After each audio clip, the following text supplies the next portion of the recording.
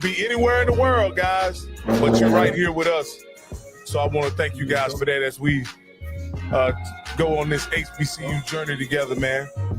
We got a long off season of football left, man.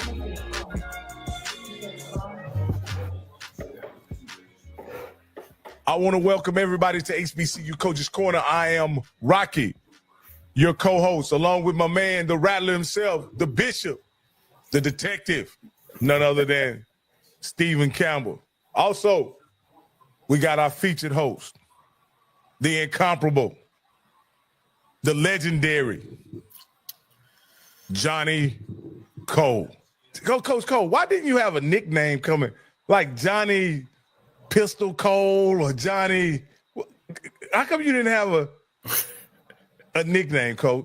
Well, I didn't have a pistol, but no, they used to call me and my wide receiver CC and Connections, Cole the Cobra. And then in high school, I had a wide receiver we used to connect. They used to call us the Bubblegum Connection. Okay, so, okay. You know, those are my so you didn't get a name like the Satellite? Nah. But you guys do have a moniker, but you can't own it, Coach. It's called Cold Blooded. That's a moniker, but that's more of a family moniker, isn't it? Right. That isn't an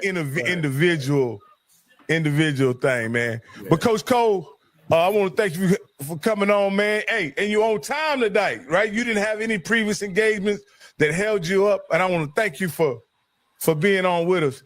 But I know that man up in the corner there, Coach Campbell, he about business. And he'll let me know, you know, everybody know. So, hey, now, I aim to please, Coach, because I appreciate y'all too and what y'all doing. Y'all take y'all time. So if y'all going to be taking out your time of the day, then I should be on time. Man, we want to thank you. Hey, you know what? Somebody told me I was at my mama's house. Me and my mama was just talking. And guess what she told me? Now, how she know everything, I don't know. She say, Steve's birthday next week. Did you wish him? You gonna wish him a happy birthday? I said, huh? I'm like, how you know Steve's birthday next week, Mama? Oh, he a big man now. He a topic, Coach. So tell me about this birthday, Steve. It kind of snuck up on me, but my mama informed me. So what's going on? I didn't know you were an Aquarius, Steve. Yes, sir. Last day of Aquarius, February 18th. 55 years young. 55 years. Hey man, I wanna absolutely wish you a happy birthday, brother. We are fellow Aquariuses, born in the exact same year, only about 600 miles apart, though. How about that? Yeah. You were born in DC, correct? Yeah, I was. DC. It was quite a few more miles in there. Yeah. Quite a few more miles in there. So everybody, let's take a moment out in the chat. Since you're in the chat, let's give Steve some happy birthday wishes.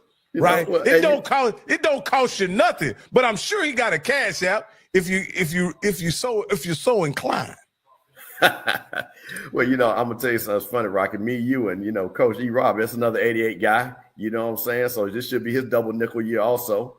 So, absolutely. We're coming up there trying to catch up with Coach Cole. But so now, man, we appreciate it, man. And see, y'all should know that my special friend made sure I got back on time to do the show. She said, Steve, she took me out early, and she made sure I got back to be in front of this video to make sure, because she knew how important this was. So Steve, I got to ask you, how did my mama know your birthday was today, man? Well, listen, listen, mamas pay attention to things. And I think I mentioned last week that this week I would be 55. So I think she probably is a great listener. Thank you, Mama. Appreciate it. And wish me a happy birthday. So, like I say, man, mothers pay attention to those things. Okay. And and I can guarantee you she's listening right now. So Mama, you were right, Mama. I'll just say that. Because I didn't say she was wrong. Hey, Blue, let me tell you something. The good thing about it, when you have a birthday like mine, is parked at the airport parking lot. So actually, there's no miles put on in the whole week. So it's been sitting for a whole week. So I'm in good shape. Got to keep the miles down on it so I can keep that warranty on it. Oh, man. All right, Coach. Well, let me ask you, Coach Cole, how you doing, man? Man, I'm doing great, man. You know, a lot of things is happening in your life, and you know, outside of football, and you know, I'm getting around and making sure my health is great. You know, and you know, my family is great. My son had an opportunity to spend. You know, we had a father-son weekend with my roommates from college, and now that's been 35, 40 years ago. I've been knowing these guys, and we take our sons. You know, this was just the second year. Usually we go out to Vegas every Super Bowl and just kind of reminisce, and you know, those stories get bigger and longer, and you know, one touchdown turned to two, and you know, and then three, and you know, you remember when I shook you, and you know, all that time. But we had a chance to share it with our sons, you know, and all our sons are named after us. So you got Johnnie 2, Leonard 2, Daryl 2, Rudy 2, you know, and I don't know if you know Daryl Cobra's son. He actually trains Shador. You know, I didn't know that. I didn't know that. And he's also the trainer of the quarterback from Miami. So okay, he works with those two guys, and then he works also with the Virginia Tech guy. Was he also a college quarterback as well? Yeah, he played quarterback at first he went to SMU, and then he transferred and finished his career up at Lamar. And actually, that was the last time Lamar went to a championship. Yeah, Cam, what's his name?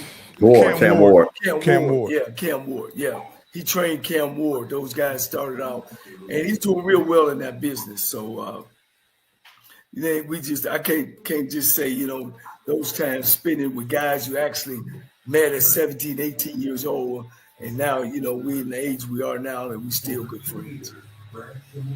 Hey, well, that's amazing, Coach, that you guys still stay connected. And I'm gonna correct you, Coach. It's about 40 years later, so you know you can leave that 30 off of it. Yeah, that's for sure, man. Hey, look. No. When you're having fun, Coach. Yeah, Coach. I want to say, that night in Mississippi Valley when you threw those 6 touchdowns, Coach, it's been 40 years ago, Coach. It's been a while. Now you know that come up on a trip every year because everybody get their number, Coach. And it's funny that you say that because the guys I hang out with were my wide receivers, and we had what they call an H-back. My friend Rudy, he was kind of that guy. He could go from running back to wide out, you know, so he could move around and give us more formations and different stuff that we could do. You know, we were in no huddle too, Coach. Oh man, yeah. So some of this stuff they're doing now, we actually did it. We had wristbands, and you know, we never got in a huddle. You know, we could jump from fullback to tailback. We were just explosive as they were. Hey, you know, Coach, and while we're waiting on our featured guest to jump on with us, I really want to open this up to allow some people some of our followers and fans, whatever, to give us some ideas of what kind of content, who you like to see us interview, and of course, as always, we got the number open, right? So what I want to do is I had some ideas, and y'all tell me if I'm on to something. Me and my wife had some conversations. I want to know if we on to something. And the conversations were around what kind of content we can put out. And I'm gonna be honest with you, Coach. Coach Cole is really hard on coaches. I'm gonna go ahead and say it. Coach Cole is hard on coaches, right? Because he's a winning coach and he has a high standard of excellence. But Coach, as me and Keisha was talking, and we thought it would be apropos for you to at some point start developing content around improving the proficiency of coaches and offering some of your expertise to coaches. Okay. Go ahead. Well, I don't want to use the word hard on coaches because I want to be, I'm fair. One thing about me, I'm not afraid to stand up and talk what I talk because nothing I say is personal. It's just how it is. And I understand too that, things are 2020, you know what I'm saying? And there's been situations, that I've been in myself that I've seen coaches be, in, and, it is what it is. At the end of the day, that's what we get paid for. And I believe in winning ain't everything. It's the only thing at the end of the day. We get paid for winning and coaching and developing young people. Yeah. And so in the spirit of that, Coach, it is our opinion, my wife and I's opinion, that you have a wealth of knowledge to impart on this generation of coaches. A lot of, honestly, coaches that are somewhat inexperienced, as you pointed out, and really at the beginning not only of their coaching careers, but some of them are at the very beginning of their head coaching careers. Some of coaches in HBCU football, believe it or not, has never coached at the college level, and they already head coaches. Ain't that right, Coach? Yeah. I was talking today to my brother today, and I got to thinking, and I'm taking this one off of your deal, Rocky, that in the last 24 years, it's 24 years now, we don't have, now we only just got one coach who has won a SWAC championship that's actually coaching, and that just happened last year. And do you guys know that Eddie Robinson Jr. is actually the Archie coach that's been coaching the longest? The dean. He's the dean. He's the dean of the coaches in the SWAC. 4 years. Man. You know what I'm saying? And then when you look at who got the most experience, in coaching, you got to say Tremaine Jackson, who's actually just coming in, as a head coach. So, we are very, very, very, very young and inexperienced, and not in a negative way, where we are with our conference as a whole. Yeah, Coach, I do understand that, and that's why I was thinking, rather than be, because the coaches are young, somewhat inexperienced, they're always going to be in situations and circumstances till they get a number of years under their belt. A lot of those experiences and circumstances are going to be new to them. I mean, you brought up a situation last year that really hurt you when your alma mater was in position to defeat a team, Prairie View. Southern. Yeah. And it was just a miscalculation by the head coach that they could have secured a victory just by snapping the ball and running out the back of the end zone.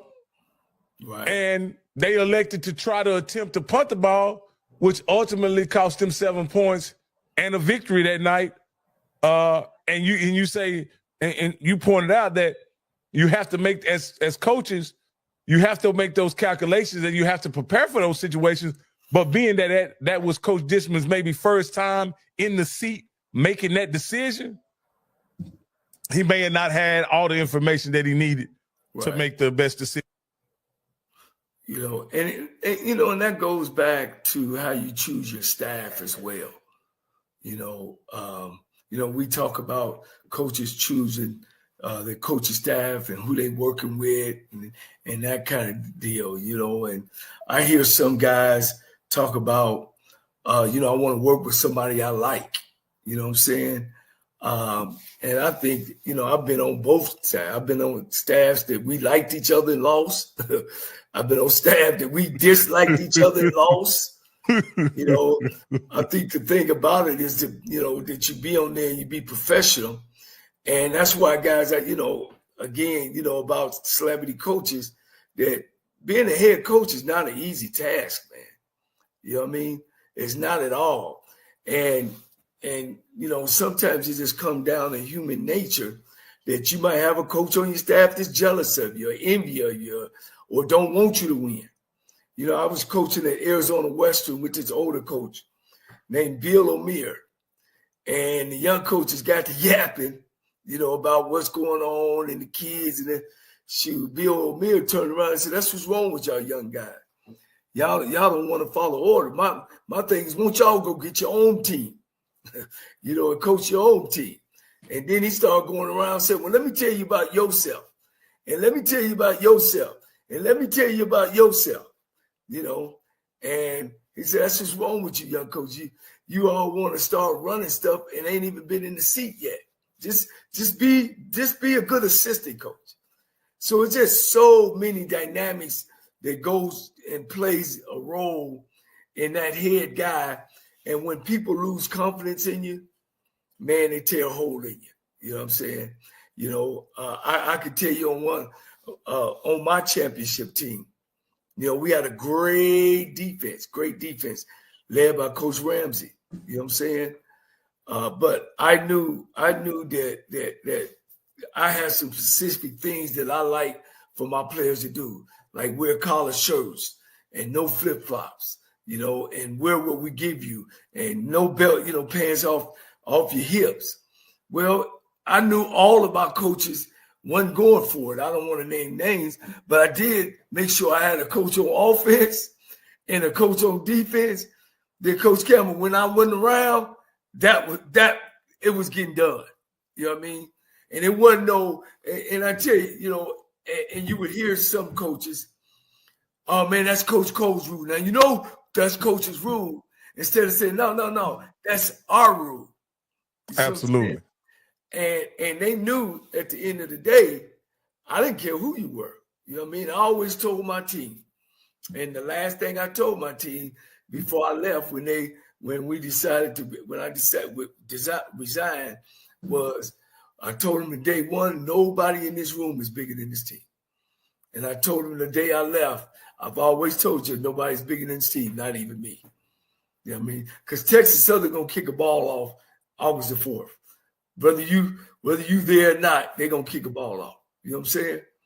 So that was one of my things. And again, you know, when you're a young coach, man, and you got some folks on your staff, man, that want to be a head coach or don't appreciate them giving you a position, you know, I fired my best friend off my staff. You know what I mean? And he was one of my childhood friends, and I could tell you the story without telling you his name. But man, we be having meetings and he ain't there, and I had to let him know, "Hey, coach, man, you got to come on to the meetings." And he kind of handled my equipment the way the kids dress. And if I said, "Okay, we in all white," by the time he leave my office and get down and walk through the kids, "Man, we don't want to wear all white. Man, let's wear this." And then I usually the last one come out in the locker room. I see them. Shit, if I said all white, shit, they in all maroon. I'm like, who did this? So anyway, I ended up moving him from that spot, moving him to tight end coach. And I said, "Man, learn the offense, you know, learn it, you know." And everybody knew how close we was. And the other coaches told him, "Man, you ain't got a contract, you got a deal. You know, you got a deal, man. You the head coach's guy." Oh man. So man, but he made mistake after mistake, didn't get better. So one day I'm coming in the office, I'm already hot at him. And I already had warned him and told him and all that good stuff, man. And I came in, he said, "Coach, I need to go help my girlfriend move." I said, "Okay, well, you know, we got a meeting at 3. Well, shit, coach, he came walking in at 5. I said, "Okay, we're in the offensive meeting." I said, "Won't you get up on the board and, you know, write down such and such." I gave him a play or formation.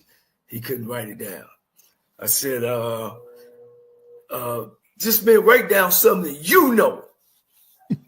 He couldn't write it down. I said, man, y'all get out of the office.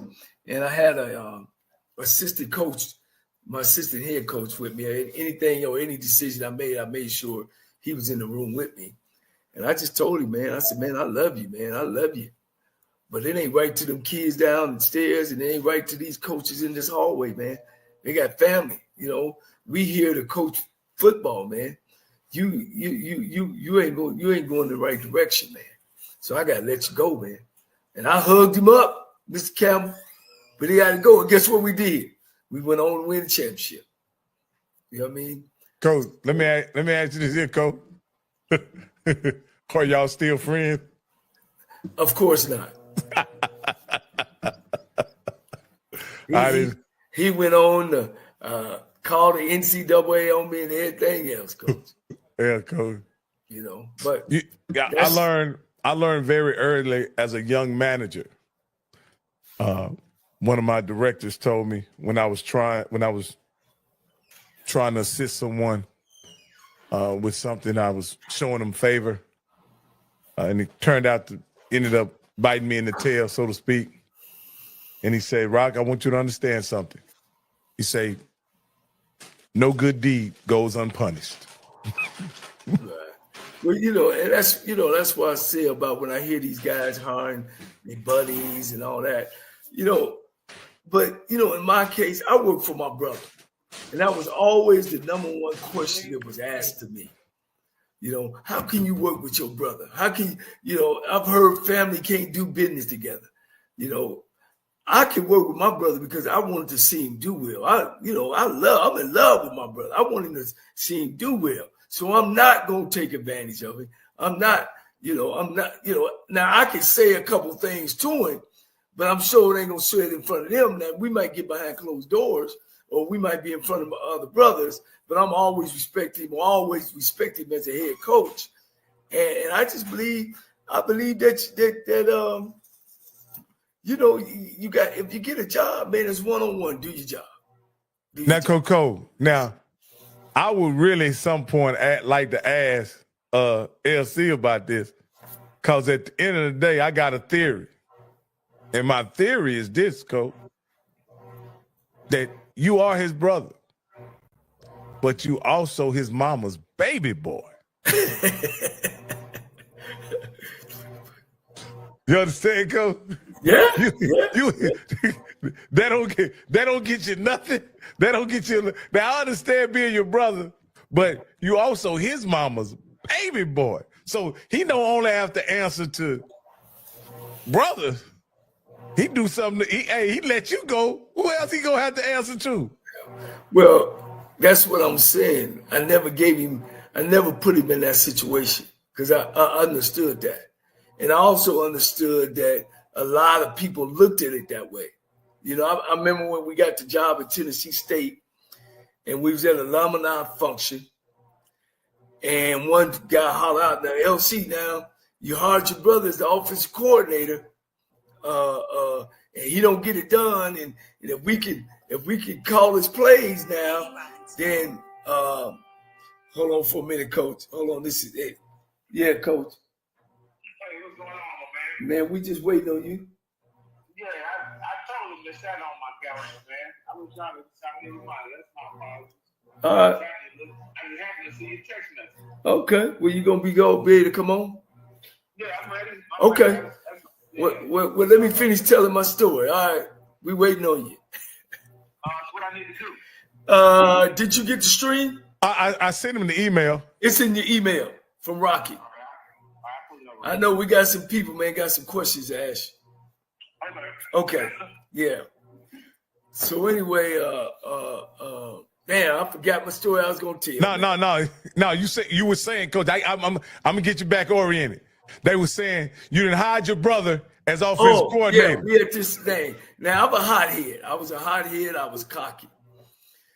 And he was up at the podium like, yeah, I understand. I stood up, said, hey, don't worry about firing me. When you get where you can call my plays, I'm going to quit. I didn't, let me tell you, I a lot of people didn't like me per se, you know, because I was cocky, you know, I was cocky, but I was able to put the numbers up, you know, and bag it all up. You know, I was Dion before it was Dion. Hey, really. So I just didn't have the jewelry, and I wasn't hitting home runs and returning punts. So Coach, what you say? You never ever gave LC a reason to fire you. I almost fired him twice. Hey, Coach, you was putting up those, what are those, 49 points, 39 points a game, winning those PWI conferences. Matter of fact, you may have been his secret ingredient to success, huh, Coach? Well, you know, everybody said LC was the boss, but I was the engine. You know, but no, we did some great things. A tribute to him. He gave me the opportunity, number one, and the opportunity to and let go. You know, he never put his hands on it. He actually let me coach. I had some great guys. They went on to be coordinators at Eastern. You know, Fred Kice down the XFL. John Carr now at the works with the New York Jets. I've been able to have some great guys around me. You know, Russ Ernfield. He coached, you know, in the XFL as well. You know, Grady Brown, defensive back with the Steelers.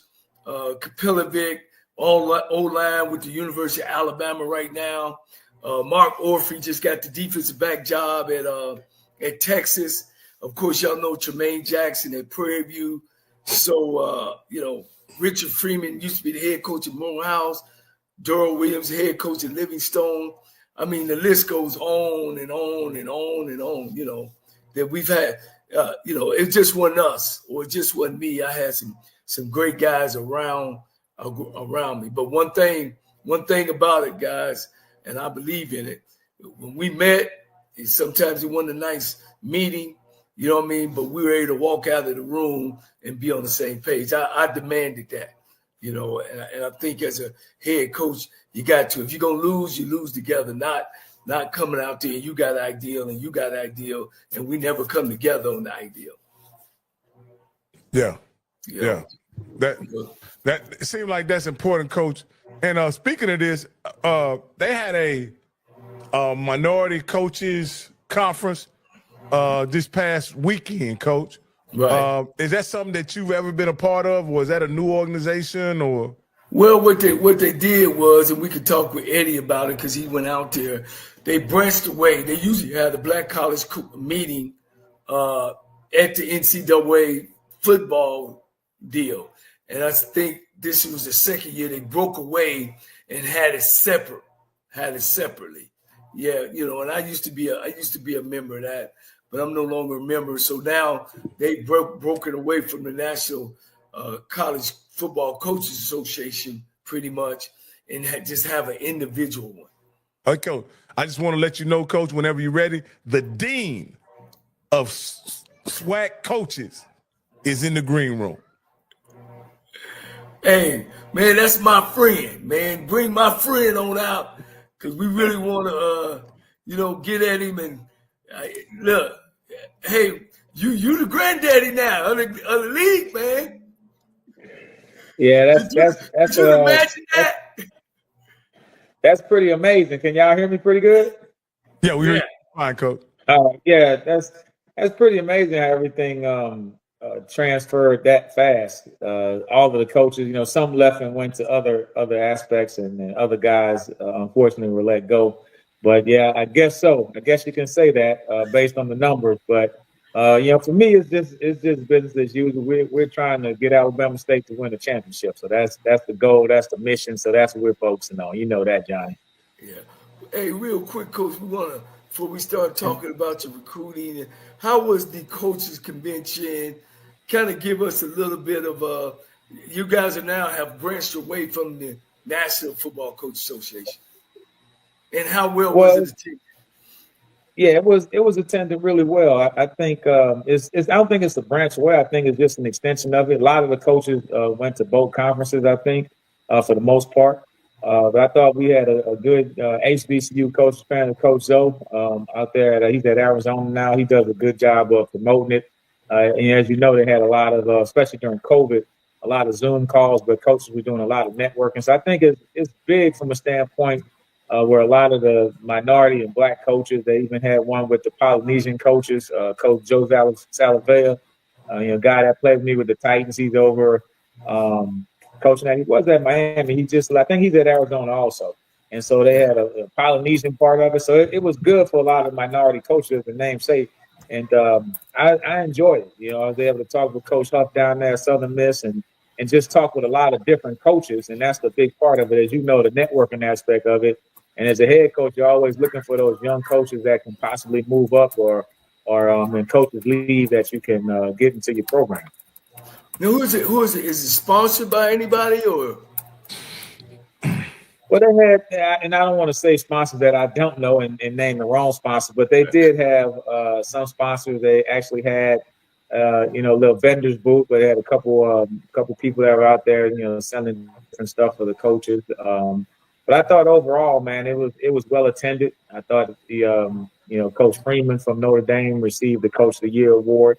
With the HBCU coaches, it was Eddie George, myself, Mickey Joseph, TC Taylor, Damon from Morgan State. So it was about a panel of about 6 of us. It was really good. They had a FBS coaches panel with Huff and Willie Simmons, those guys. And so it was really good, man. For me, I'm always going there trying to learn. So talking to Coach Moorhead over at Akron, offensive coordinator, been at Penn State, been a lot of different places. So I picked up a lot of tips. You had Marvin Lewis who was there.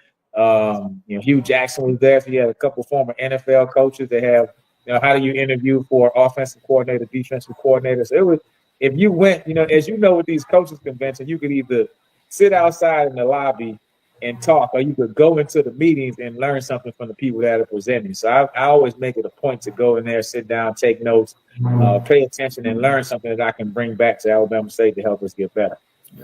Yeah. I remember my days. I might have went to 30 straight from the 80s to the 90s. And you're right. Sitting out in lobbies, walking from spot to spot, trying to get that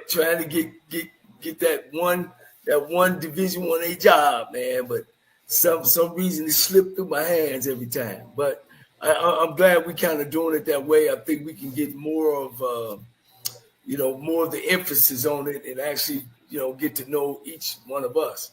I tell you, one year I went and they had Lou Holt speak to us. I don't know if you you probably weren't at that one. And man, he kind of said that ain't none of y'all in here can get somebody a job. He said, you guys need to go out and start meeting some other guys from other conferences, basically saying meeting white guys and get to networking that way. You know what I'm saying? So that was interesting conversation. Yeah, but and I think you start. And I started talking with Coach Huff down there at Southern Miss. He was the former coach at Marshall, and just for us, now it's some black coaches that are getting those FBS jobs. With Willie Simmons and those guys. So wishing all of those guys the best of luck. And so. But the biggest thing is, as we know, it's the administrators and the ADs who a lot of time hire those positions. So that's you have to really network with those college presidents, those ADs and that type of stuff. And a lot of guys have agents, so that help you to kind of break down that barrier. Then you have to know how to interview. And so, I'm gonna spend some time with Coach Huff down there at Southern Miss and go to their mega camp. Guy with an HBCU background that's coached at the FBS level. Has done a really good job as a head coach. And so, sometimes you don't know what you don't know. You got to go talk with those coaches. And that's what the whole part of the profession is trying to get us in opportunities where the minority coaches can have the opportunities to move into those type of positions if they desire.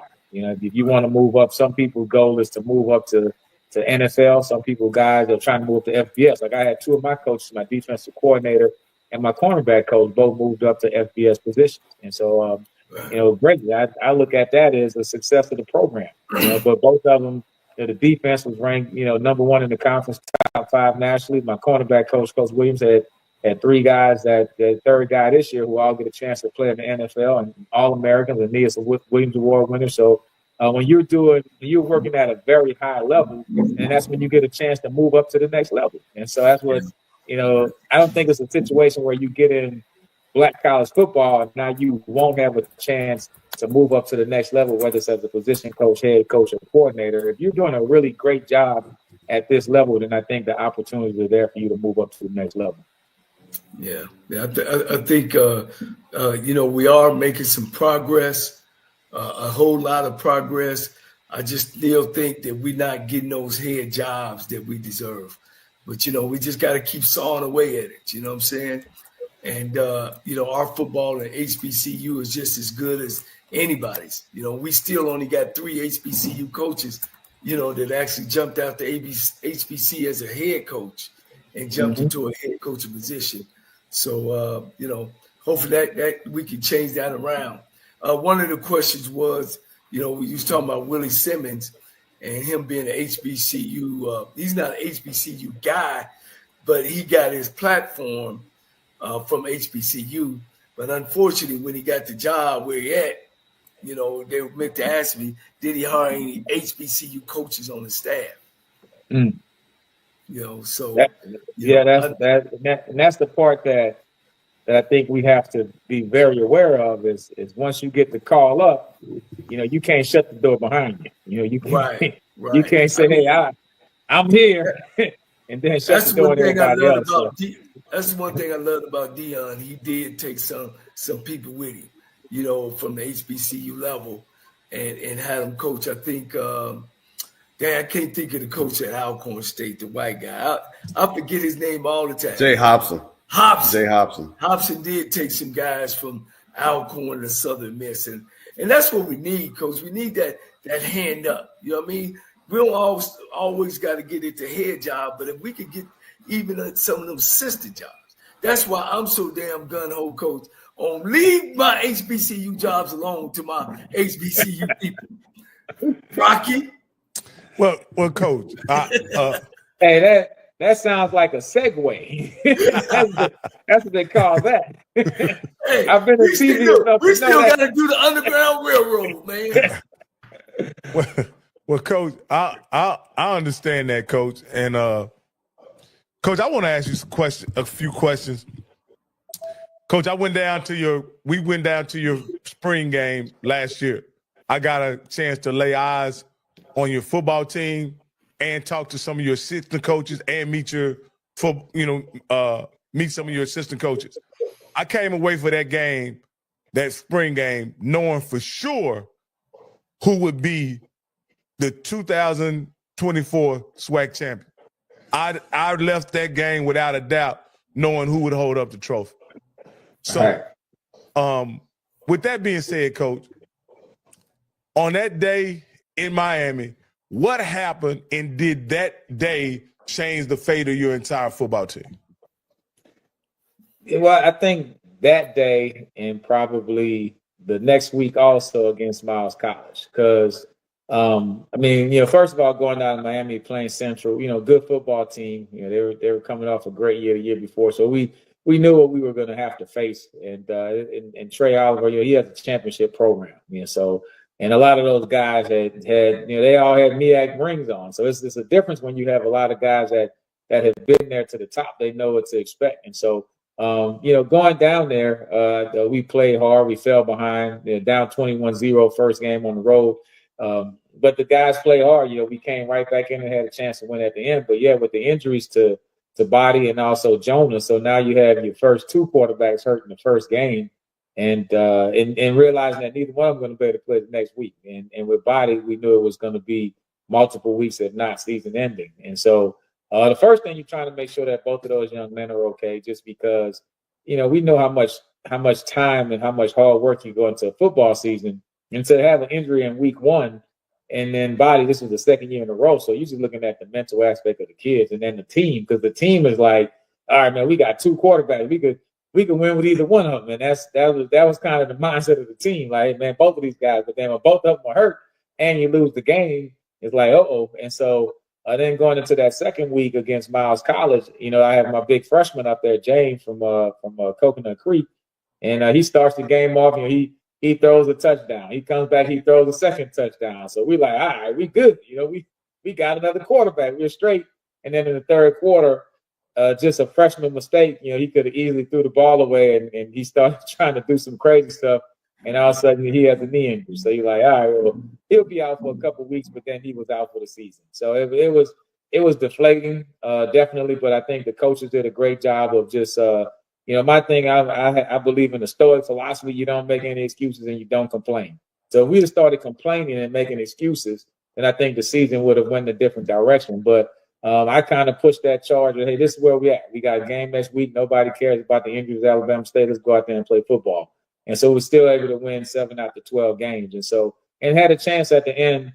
You know, we missed a field goal against Grambling. It was in a tough game against Jackson State at home. So we still had a chance to represent the East, but it wasn't meant to be. But learned a lot from the team, a lot about the adversity. You know, good teams are going to fight back under adversity. And so, but that first game, and I think everybody in our side of it, we felt like that we had a great chance to win the East, you know, and win the SWAC championship, which was the goal.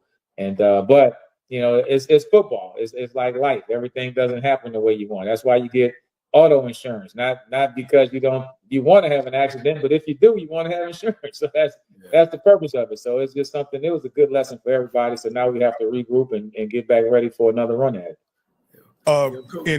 In speaking about giving it another run, I just want to ask a question. One of the reasons why I picked you guys, Coach, is what I saw Andrew Body do in that spring game and was anticipating him moving forward. I haven't heard a lot from Andrew over the past year because of the injury.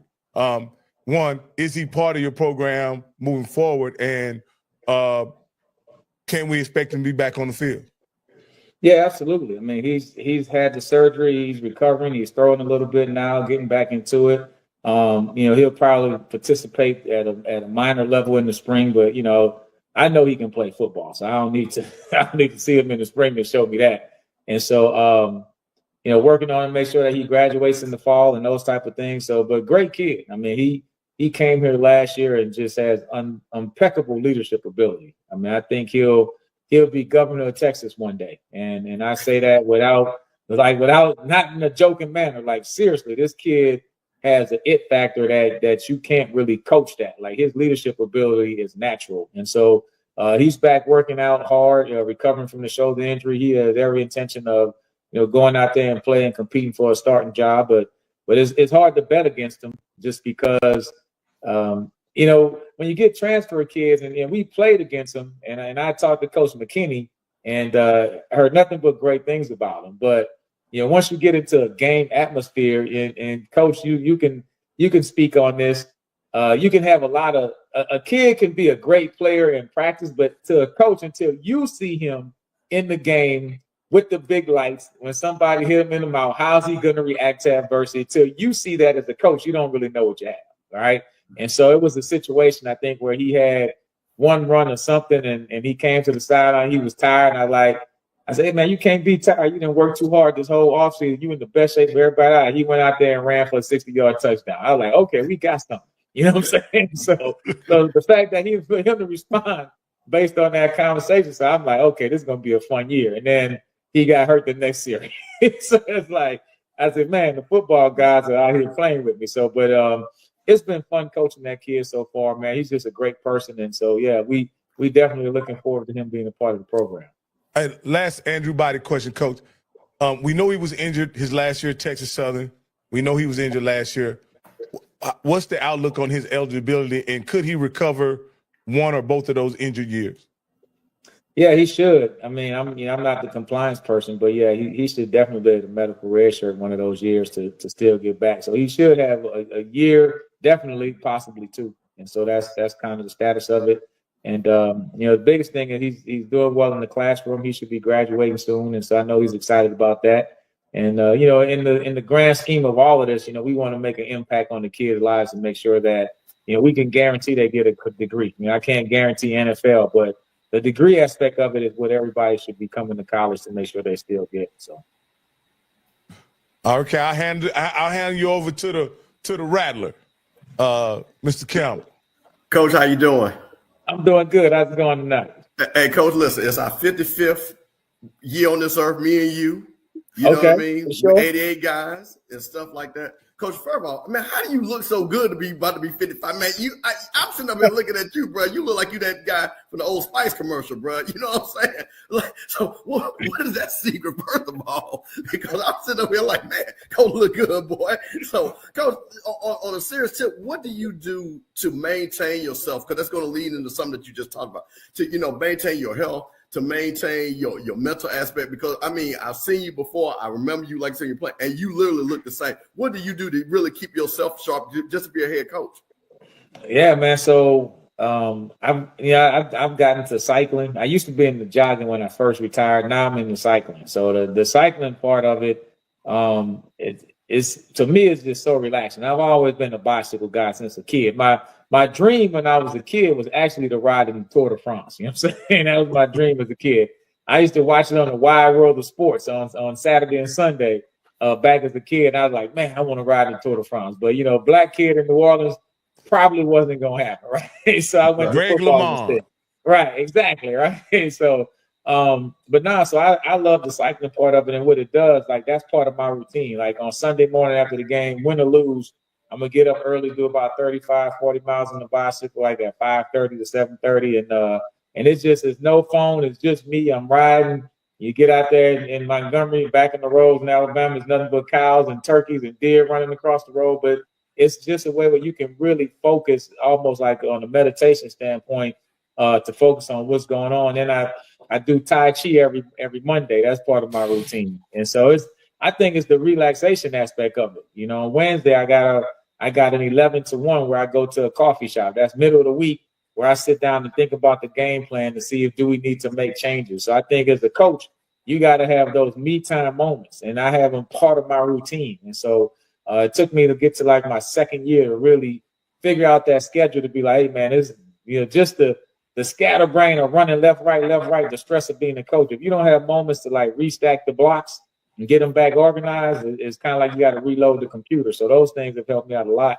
And but I will say this, I'm down in Houston right now, and I got to go see the hip surgeon tomorrow. I had one hip replaced, and I was feeling great. I'm sprinting out the tunnel last year. I'm full speed again, and then all of a sudden the other hip started hurting. So we'll have to see. So still on the inside, it's some mornings when I wake up and I say, yeah, you played 11 years in the NFL. I can tell. So it's a daily grind of taking care of your body, man. It's definitely something you got to be smart about. Now, Coach, see, I'm a cyclist too. Now, I ride 20 miles a day. So I'm with you with cycling and the mental aspect of just being out there in peace. And that was one of the things. So I totally agree with you on that. And I just think that's so important because sometimes you just have to have that mental focus of blocking everything out so you can kind of get your objectives right and things like that. So I wanted to start off with what you said about Andrew Body. You said about that he could be the governor of Texas. So here's the thing. And Coach, I've always said this about you. We said that about you when you were in school.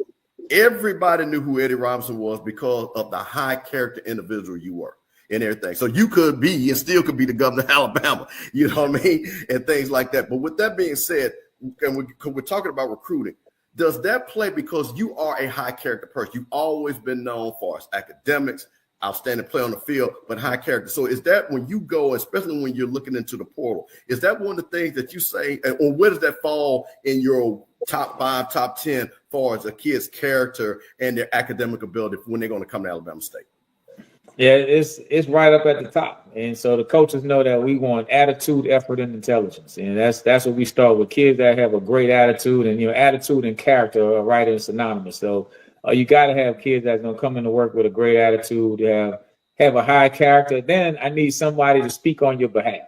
Like I called Coach McKinney and asked him about Andrew Body. What kind of kid? I could tell he can play football, but I need to know, is this the type of kid you want in your program? He had nothing but great things to say about the kid. So what I tell the kids is it's like a job interview. When I paid for you to come on an official visit, 9 times out of 10, I'm asking you the question that I already know the answer to. Like I say, when you on the plane flying here thinking about what you're going to say, your reputation already sat on the couch and told me who you are. you know. And so the kids don't realize how big their reputation carries you in life. And so I need to know that the person that I think you are is what I'm getting. So if the character and stuff and the hard work and the work ethic, it's gonna have to take a high school coach, college coach, trainer, or if I have a kid on my team that's coming and I already have a kid that's here that's coming from that same school, from that high school, I'm gonna ask one of the players, like, hey man, is this the type of kid you would want to be a teammate with again? And so, you know, keep in mind, I get that kid here in January. I gotta trust him and be ready to play by August, September. And I gotta know everything it is about this kid. So I don't have a whole lot of time. And those transfer kids, you're expecting them to play right now. Like, we're not bringing kids out the portal to develop. We're bringing you here to plug and play. Like, we lost 6 defensive guys, you know, 5 are all conference. And so the guys that I brought in to replace them with, I'm expecting you to be at an all conference level right now, March 5th, when we start spring practice. And so I can't get into the aspect of, do you not go to class? You know, do you talk back? Do you have a bad attitude? Like, I'm going to eliminate all of those things. Now it's just going to be down to, can you play football or not, as much as we can. That is awesome, Coach. I'm going to share my screen because that kind of leads into my next thing, talking about your recruiting class. Let me see if I can share this, because it was kind of interesting what I saw, and I wanted you to kind of tell the people what was your philosophy. Let's get this up here. Let's see it right here. Okay, hopefully that'll come up when you guys can see it. There we go. So, Coach, this looks like your recruiting class for 2025. Now, what I saw, which I thought was very interesting, and hopefully people can see that, is 2 breakdowns: your 2024 December signees and, of course, your February signees. But what I saw in 2024, it looked like you went high school heavy, which was very interesting to me, because you hear a lot of people, no, I don't want to recruit high school. But I've said, to me, because the way the portal is now, there's a lot of talented high school players that potentially can be developed and to build your program. So was that some of your thought process when I saw that you went early in December with a lot of high school players? Yeah, so we signed maybe 13 to 14. And I know, Johnny, you can kind of attest to this, you know. Before, you know, 1AA FCS guy, we couldn't get a lot of kids to commit early because they were going to wait till February and see if the big schools, then they would come to us. But now the kids are realizing, if I don't sign a scholarship in December, then what is coach going to do? He's going to go look in the portal. And so in February, it may not be a scholarship for me. So now we're able to sign kids, like you said. Most of these kids had offers at bigger schools, and they didn't want to take the chance of waiting. And so, you know, they say, hey, you know, and I tell the kids, like who like you. If you like me and I like you, then what you waiting for? You know, my grandmother used to tell me, you choose shit. You know what I'm saying? So don't stop sitting out here waiting. Make a decision, right? And so that we pushed into that aspect of it, but we still believe that the high school kids are the baseline of the program. We try to sign, I think we signed a total of 17 this year, maybe 14 early and 3 late. So we try to do about 15 to 17 high school kids, another 10 walk-ons. That gives me about 25 to 27 true freshmen every year. And those 10 walk-ons, the kids that we really feel are good enough to get a scholarship. Like, even the walk-ons kind of elevate the program. And we've had some guys that have been able to play right away. And so, and then with the portal kids, you're trying to replace the starters like right now. You know, so we lost 2 all-conference linebackers. So we got a kid that came from Central State, who was a really good guy, all SIAC player. And so I think you're trying to replace, you know, players with players to plug in. Now you have a young guy too, so then you have the competition. Maybe it's the young guy moving up in the program or the transfer portal kid. They'll both decide who's going to be the best one in the spring and in the fall. But I think that's, to me, how you build it. But those they have some. It's unfortunate because I see a lot of high school kids. I'm like, man, how does this kid not have a scholarship? You know, and so it's just the portal aspect of it. You still got a couple more COVID kids out there with that 5th and 6th year and stuff.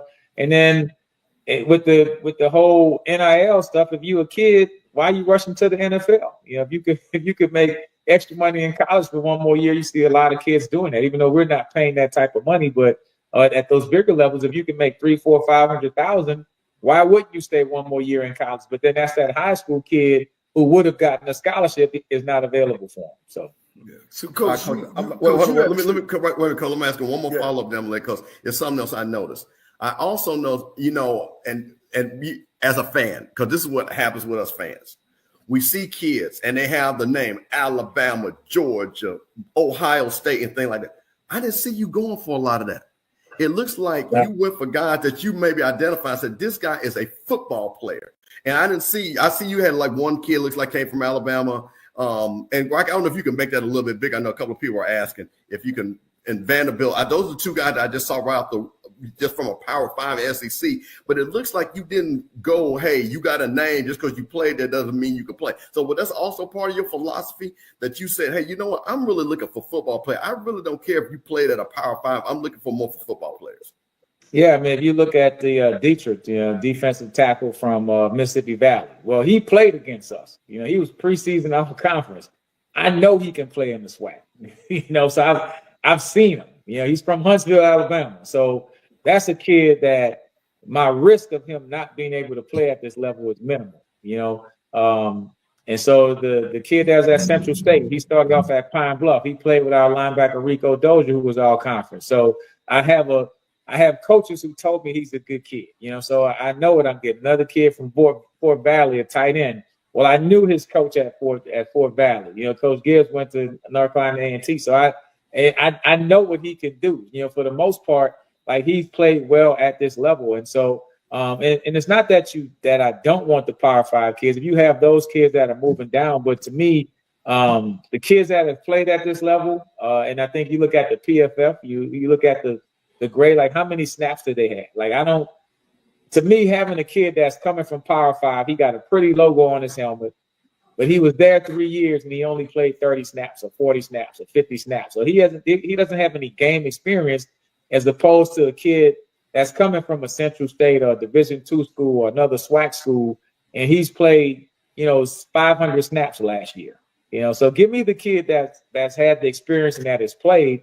And the bigger schools are doing the same thing. Like the FBS schools, they're looking at the FCS, the SWAC and MEAC to say, hey, let me get the SWAC guy that's all conference. And let's get him to move up. So we're doing the same thing. Let me get the Division II guy that was all conference or all American, or the FCS guy who played. Because at the end of the day, you want a guy that's out there that has some game experience, not a whole lot of practice experience. Now, sometimes you get that SEC guy who just had all Americans in front of him and he didn't play. But the reality is, if you have an SEC player who has stats, then he's going to stay SEC because the NIL is going to dictate that he's going to get paid that type of money. So if you see a Power 5 guy coming to the level of the FCS, it's probably because he didn't have a lot of stats, and that's how it ends up. So, I mean, for me, give me some guys that are somewhat proven. That way I can eliminate the guy that transfers to this school, and then he's sitting around here and he doesn't play. That's the thing that we're trying to avoid.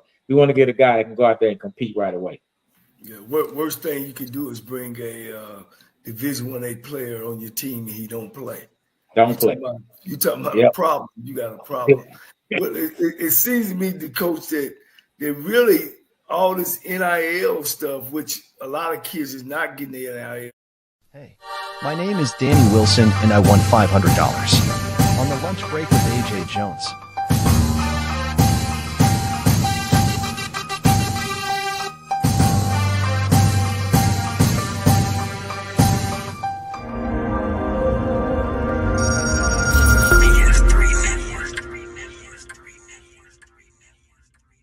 BS3 Network, changing the way you watch TV.